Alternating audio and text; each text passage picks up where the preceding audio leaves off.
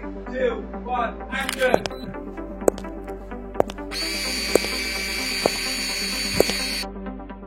Hello and welcome to another episode of the Sinead Says podcast. Today we are doing a quick podcast because everybody asked me this and I don't have a proper podcast on this topic, and I just wanted it to be quick, fast. You can send it to your boyfriend, you can send it to your friends, and they will understand the concept. So today's concept is all about being able to communicate with your partner using a technique that I have been using for a long time, and it's amazing. It's called Fanos, and a lot of my friends use it. A lot of you use it as well who talk about Instagram, but I just thought I would have a proper explanation podcast on this topic because it is so important for you to communicate appropriately with your partner and also find ways that are good for you. So first of all, I want to talk about why you should be communicating with your partner on a regular basis and having some sort of relationship review every so often. And I'm not saying doing this every week. Sometimes I need to be doing this every week. Sometimes I do it once a month and I do it at dinner or something like that. But why do we need to be communicating appropriately with our partners, especially in times of resentment and resistance? So exactly that. Having resentment for your partner is the number one reason why people break up. This comes from Daniel Gottman, the Gottmans. If you're into relationships, they're massive relationship researchers and clinical psychologists, and they do lots and lots and lots of research on couples, and I'm obsessed with it. I'm obsessed with all things relationships, and I'm obsessed with just researching ways to make everything better. They did loads of research on basically why most couples break up. They literally watch them in rooms, and it's because resentment. And where does resentment come from? Firstly, I want you to think of or. Resistance, resentment, rejection, roommate. 4 R's, okay? You may notice this pattern in relationships, or if you want to think about your past relationships, you may notice this pathway, all right? So if your partner does something wrong, all right, it doesn't seem like anything that massively big. So you don't say it to them. You don't feel comfortable bringing it up. You don't want to feel like you're like nagging them or whatever it is.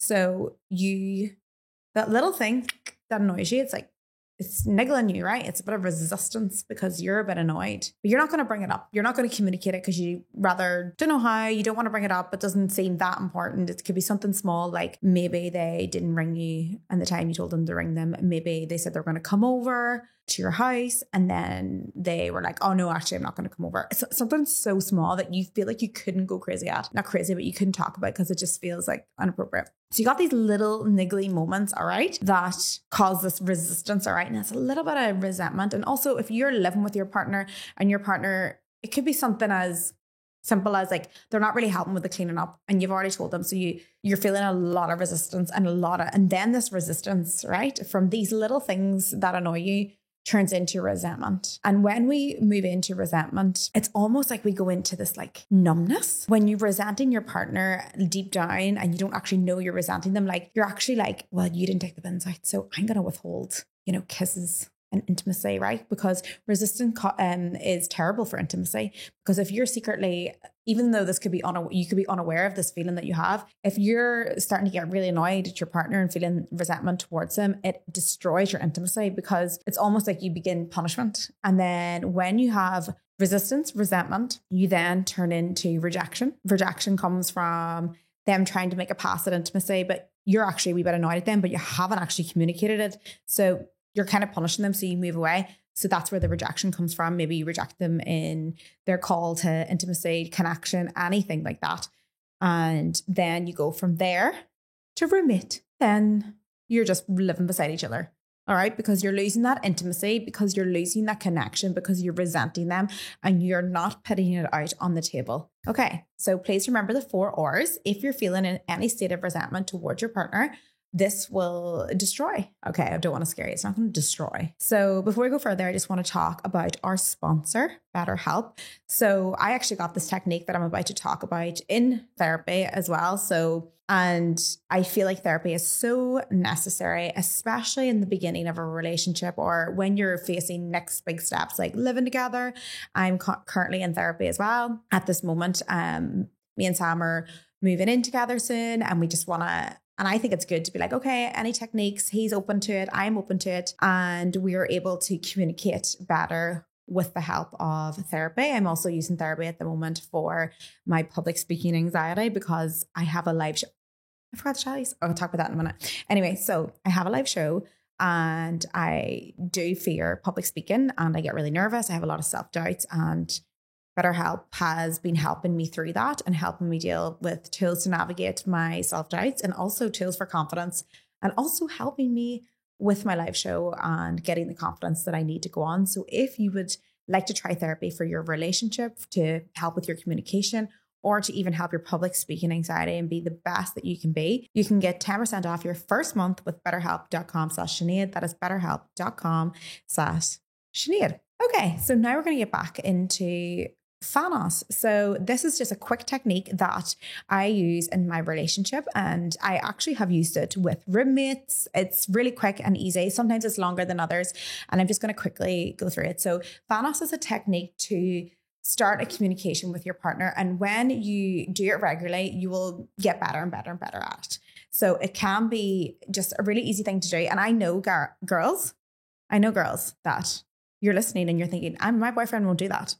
This will be in his best interest to do this. And once he tries it, he'll realize that he will get all his needs met easily without feeling that strain. Because when you're having an open communication like that you've set aside, when you're not heated and angry, things get resolved easier and you get your needs met easier. Thanos is a communication tool to help you and your partner live in harmony. All right. So it's FANOS, and they all stand for feeling, affirmations, need, ownership, struggle.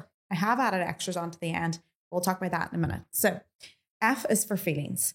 And that means you have to say how you feel. So you and your partner you can go first, or they can go first, or you can do one letter each. I like to just do it all in the one go by me, and then all in the one go by him. And then we take turns on who goes first. Getting your partner to do it is the hardest part. But once they do it, they're like, oh my God, this is so good, because they get everything and you will notice as well throughout the week or throughout the month or whatever, you will notice that there'll be something that annoyed you, but you wouldn't bring it up at that time, but you're like, I'm going to save that for my Thanos. Okay. F is for feeling. So you have to say how you feel. No matter what, no matter anything, no matter if you're feeling absolutely amazing, you have to say something. And this is why it really works, because you have to say something. So if you say, oh, I'm feeling sad or I'm feeling rejected, you don't feel annoyed at them for saying that, because they have to say something in this moment. For example, I feel insecure. I could say I feel insecure, like maybe after Christmas, sometimes I'm feeling a bit insecure, not feeling like myself. I've had a lot of food and I'm not feeling like myself. And then that's their opportunity to go, oh my God, reassure you in that moment. You look amazing. That wouldn't even bother me. I love you for you. That's you're reaching out by you saying how you're feeling, and they can come back and answer. So you can also say, I am feeling so content. I am feeling so happy. You can say that I am feeling scared. I am feeling distant. And then you can go on to your reasons why. And then that person can then talk to you and keep going with that. Right. So that's feeling. And just whatever way you're feeling, like you could feel overwhelmed from work, and they'd be like, oh my God, how can I help you? Well, you could help me with the housework. All right. It's just like those little things will help you because you've said it, and then they can take that on board and they can help you around the house. So many things that can come from this one tiny conversation. Then they get to say their feelings. So you say one feeling each, and the next bit is affirmation.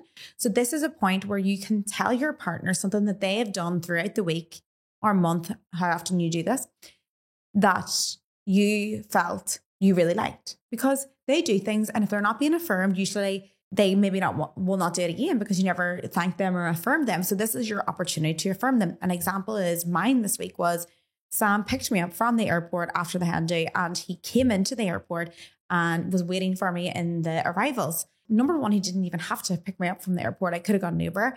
And number two, he didn't have to come and sit in arrivals and greet me with flowers or anything like that. But seeing his face, I didn't know he was going to be in arrivals, and seeing his face, I was like, that made me feel so good that you were just standing out there waiting on me. All the girls were there and you were giving them all a lift, and it made me feel really good. So I affirmed that. Do you know it's good as well, because then he came back from his tag the next week and I went into arrivals for him. And I don't think I would have done that if he didn't do that. So sometimes affirming that and reflecting on that, you can learn something yourself.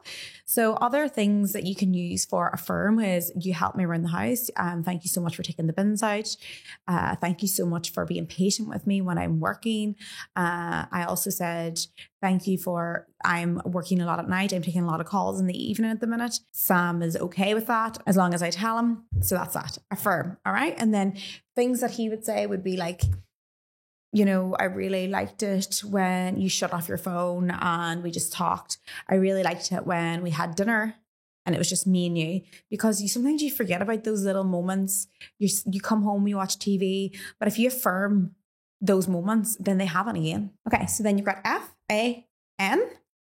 So Fanos, F-A-N, need. Need, I really feel, is the most important one, because you don't know what they need unless they say. It's not like a random conversation that you have during the day. Like, I actually really need more intimacy. I need more cuddles. Like, you don't say things like that in everyday life. So this is your opportunity. You have to say something. The person has to think about it. Good examples of needs in relationships is like, I need more support.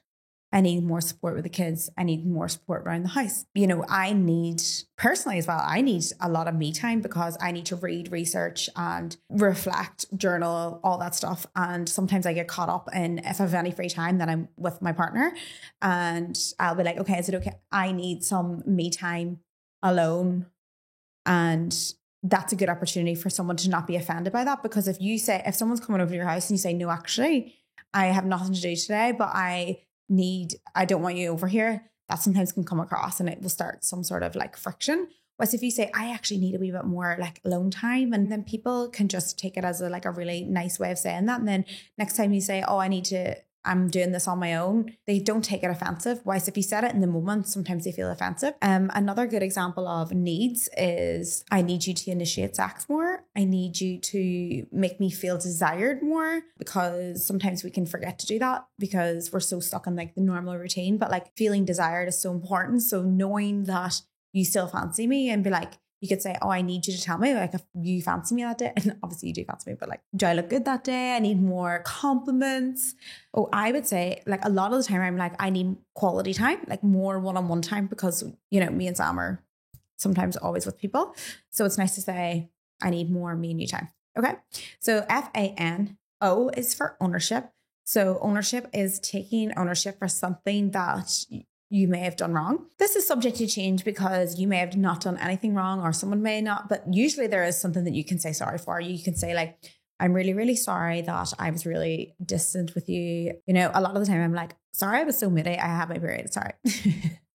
Or sorry that like the other day, me and Sam were going to do something in our service, New South, like with the government anyway. And we had to go in and we had to bring all our IDs, and I forgot my ID. One of them. And you know what? At the time he was like, yeah, he is a bit moody when it comes to, because he's like, how did you forget that? And I'm like, how do you not forget things? Anyway, so then in that time, whenever we're calmed down, I'm like, I'm actually really sorry that I forgot that ID. Like, I'll try to be better from now on. And it's so funny, guys, because when we were in the thing and I had the IDs in the end, he was like, when we live together, I am in charge of all the IDs and you have to sign them out. No, we are opposites. It's hilarious. But anyway, so that is ownership. You can also say like, I'm sorry for neglecting you this week. I was working a lot. I'm sorry that I didn't help out, anything at that point. Or if you had a heated argument, it's an opportunity then to say sorry. So that's ownership. Then you've got S for struggle. Struggle can be anything that you're struggling with. And like, we do have weekly struggles. It could be anything. Like, I really, really struggled with, I had an argument with someone, I need support, advice. You could say something like, I'm struggling with money right now. And then that's a good opportunity for your partner to go, okay, if you're struggling with money, how can I help? Let's make sure that we don't have any date nights out and that we do this and we save money. You can also say like, I'm really struggling with creative work. And that gives the person opportunity to be like, okay, you go off on your own, do your own creative stuff. One this week, I said like, I was struggling to, I obviously really love my meditations and I find it really hard to do when I'm in Sam's house. I feel like, sometimes it's difficult. So I say to him, I'm really struggling with trying to get my meditations done at your house. And then that's this opportunity to go, oh, okay, do you want me to get up early with you? And we can do meditation together. I can set you up a little meditation cushion. And, that's the kind of conversation we had.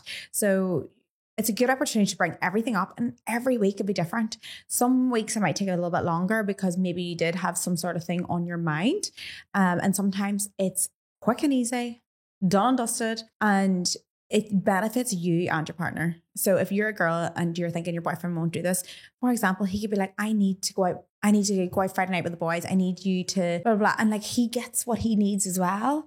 Like, he is able to talk openly, and like, you can use this as so quick and easy. You can go for a walk. A few of my friends now go for like a Tuesday walk, and they do their Fanos there, and then it's really good because we all talk. Also, sorry boys if you're listening, but we do talk about things that we in our Fanos with our friends and what comes up, and then it's like connects us all together, I guess. Yeah, so you can do this on your date night.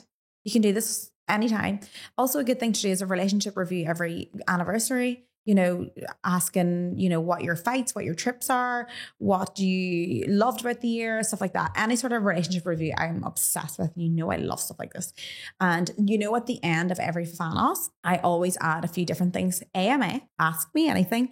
So you can ask me, like, honestly, sometimes Sam asks me silliest questions, but I'll ask things like, what is your biggest fear in a relationship?